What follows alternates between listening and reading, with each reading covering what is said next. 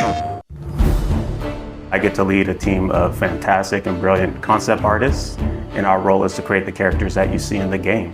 That's everything from the main hero cast you see to the creatures, the gods, and monsters that you come across. The hope is that we get something that feels unique and stands up to the history and the legacy of what the God of War franchise has always done. I feel like from the first games, that was a similar approach that they were doing, and that's not always easy.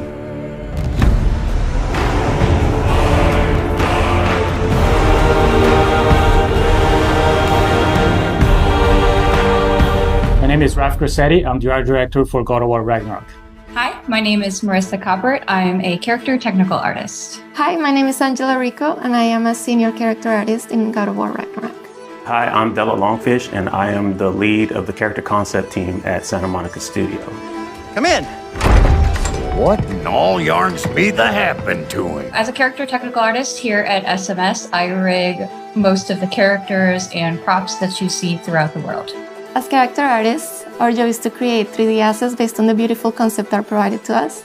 We do this by making sure that the silhouettes on the models and the textures and materials stand out instantaneously.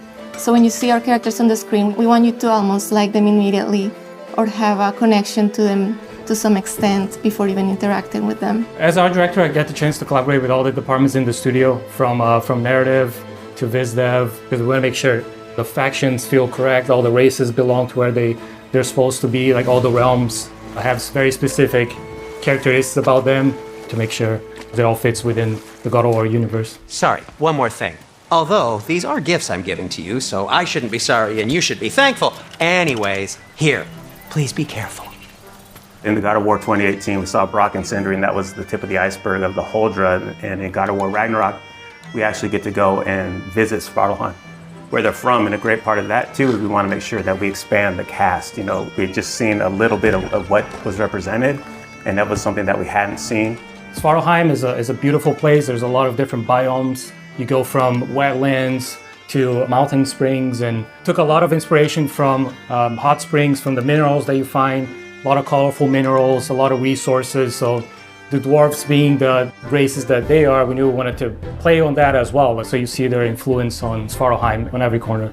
It's a realm where you're going to find a lot of water environments. There's quarries. It's a very industrial city. It's very organized, and you can see all the dwarves putting all the work into creating this great city where they live in. Knowing that they're blacksmiths, that was kind of reflected within their clothing.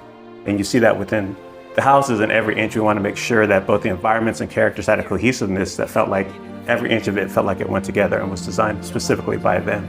And again, that's something that we haven't seen in some of the other realms and is unique to these characters and their location. And the hope, it all goes together and creates a feeling within a realm that you're excited to see, feels unique, and really creates that sense of wonder where you want to go back.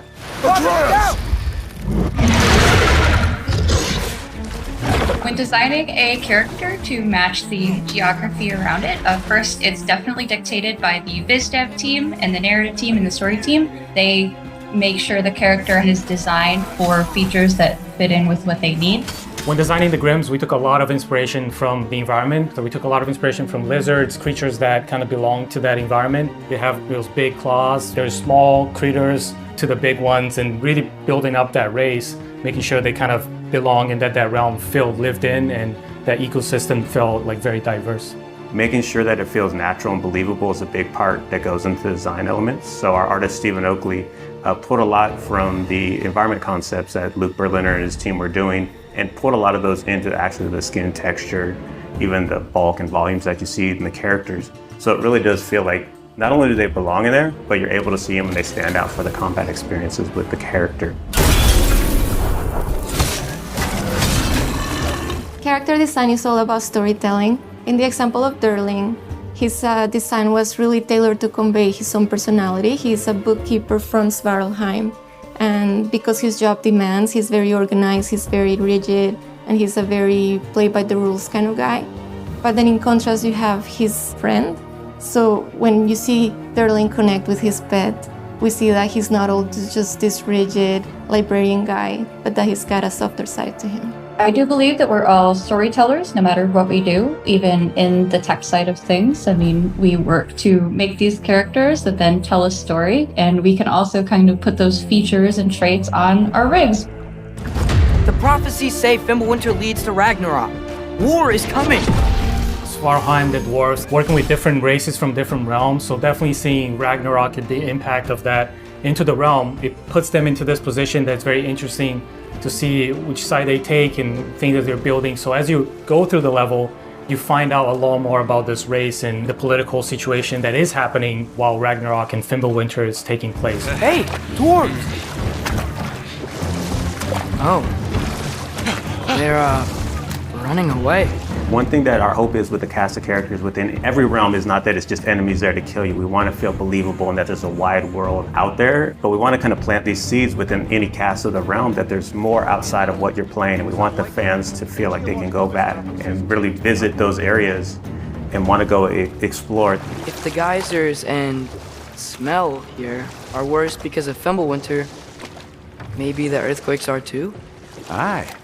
Going into Svartalfheim, I'm really excited for players to experience all the new races that lived in that realm, how they play. They play very different from anything we had before. There's wildlife, it's something that kind of goes unnoticed, but we took a lot of effort to make the realm feel believable.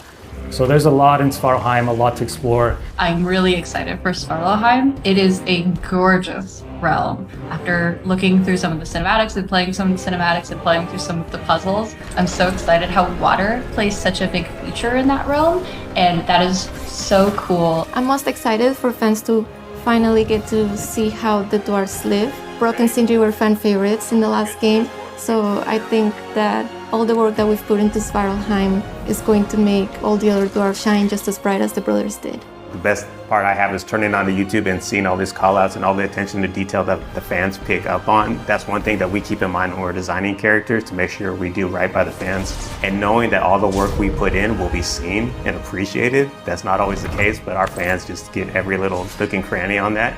And we love that, and we packed a lot of that in for this new cast, and we hope you guys get the same feeling with God of War Ragnarok.